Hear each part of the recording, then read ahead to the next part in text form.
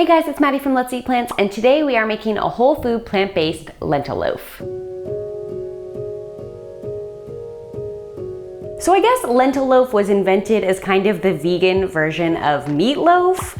I mean, I've never really liked meatloaf before, so that's not personally what I'm trying to go for, but I think that's where its origin comes from. I actually came upon this recipe as I was looking for a way to hide some beans or lentils into dishes because somebody in this family doesn't really like to eat beans or lentils in their regular form. So by sneaking them into something like a lentil loaf, you don't really notice that you're eating beans, the taste is really good, and it's really easy to make too. Today's recipe is from simpleveganista.com, and of course I will link the original recipe down below as well as my modifications to it. And it looks pretty straightforward. We just need a couple vegetables sauteed, and we're going to add those to some cooked lentils and bake everything in a pan. So that's what we're making today. I guess I'm excited. I mean, it's just a lentil loaf, but hopefully this one should taste pretty good. And with that, let's get started. The first thing you want to do is preheat your oven to 350 degrees. Next, you're gonna need to make your lentils. I just did mine this morning in the Instant Pot. I do have a video about that. If you wanna check that out, I will link it up here. Essentially, it's just 1 cup of lentils to 1 3/4 cup water in the Instant Pot, high pressure for 6 minutes. Or you can also do them on your stovetop, or you can also buy them canned. Just do whatever's easiest for you or whatever you have at home. These ones are sprouted lentils. That's why they have little tiny tails on them, which I think are really cute. The sprouted lentils are supposedly a little bit better for you nutritionally. I just bought them because they were a pretty good price on Amazon. I will link those down below as well if you want to check them out. But pretty much any green or brown lentils I think will do. Next, we're just gonna make our flax egg because we want to give it time to gel. A flax egg is quite simple to make. We just need 3 tablespoons flax and 1/3 cup water. And we want to stir those until thoroughly combined and set it aside to gel.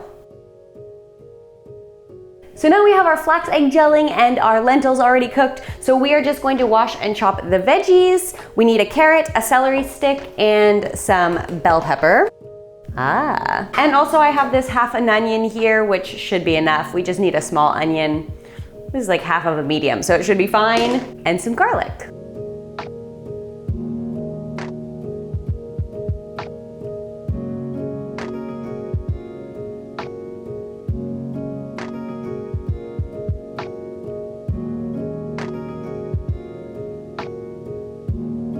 Now that all of our veggies are chopped, we are just going to quickly saute them in the pan for about 5 minutes. Now you can use oil in the pan if you'd like, or you can do a water saute to make this oil-free, which is what I'm going to do. So it's pretty easy to do. Just add enough water as you're cooking to make sure that things don't stick, and just keep watching it and keep stirring, make sure everything doesn't stick to the bottom, and you can still get a flavorful, well-cooked saute without using any oil.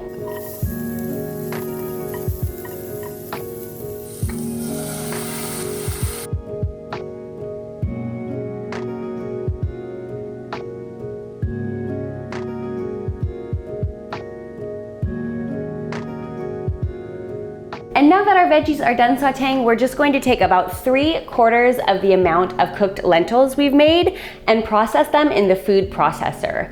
I guess we want to kind of puree them into more of a paste, but leave some of them whole for a little more texture. So that's why we're only using 3/4 of the cooked amount. So let's just go ahead and process these really quickly.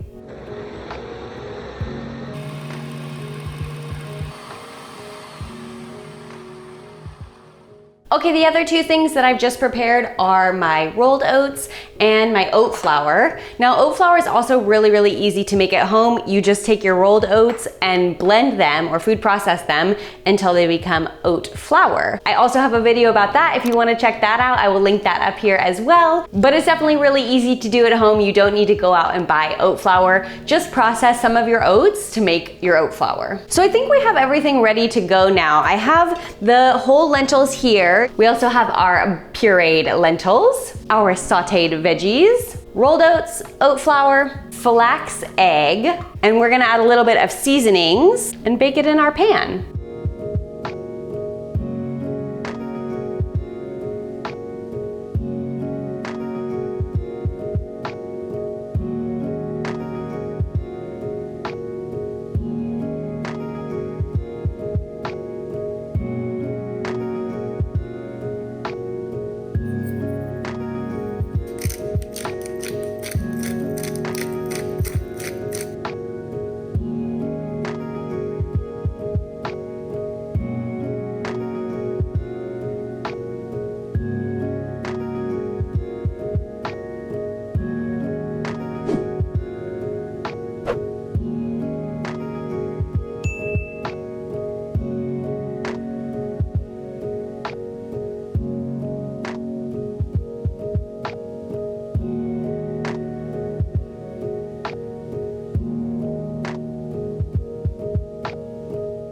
Okay, now we're just gonna make our glaze for the top. You can either use tomato paste or ketchup. I think ketchup is probably preferred, but since I don't have any, I'm gonna substitute with tomato paste and just add a little bit of water to thin it out. So we need 3 tablespoons of tomato paste, 1 tablespoon of maple syrup, and 1 tablespoon of balsamic vinegar.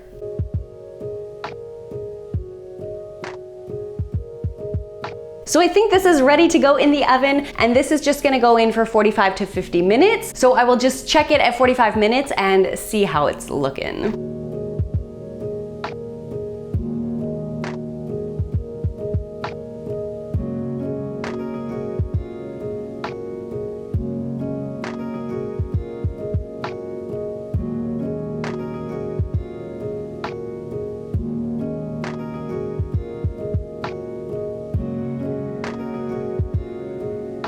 I think I could have let it cool a little bit more because cutting it seemed a little bit soft still. So you probably want to let it fully cool instead of doing what I did, which is take it directly out of the pan and try and cut it. But other than that, I mean, it smells really, really good. I'm really excited to try this. Okay, my first thoughts are that it definitely needs a bit more seasoning. I think I could have gone a little bit stronger with the garlic powder, onion powder, and or salt because there's not that much flavor to it. I think that maybe even cooking the lentils in broth instead of water might have been a good idea because I do feel it's lacking a bit in flavor. But other than that, it's pretty good. I actually really like the texture and consistency. I thought that having like the big chunks of vegetables would be too big of chunks. I thought maybe they should have been food processed together with the lentils, but actually it worked out really well. So yeah, for me, I think it's mainly just the flavor. The texture and everything's pretty good. I think it turned out pretty well overall. It was pretty easy to make. You can't even tell that this is lentils. I mean, it doesn't taste like meat or anything, but it definitely doesn't taste like you're eating a big scoop of lentils. So for all of those reasons, I do really like it. I will be making this again, but next time I will be adding a bit more salt or seasonings, or maybe even cooking the lentils in broth. I think that would boost up the overall flavor of this loaf. So I hope you enjoyed today's video. If you're looking for more whole food plant-based videos, I do have a whole playlist right here you guys can watch after this one. And also don't forget to subscribe. I'm making new videos every week, bringing you vegan recipes and whole food plant-based recipes for you to make at home. And with that, let's eat plants, and I will see you guys next time.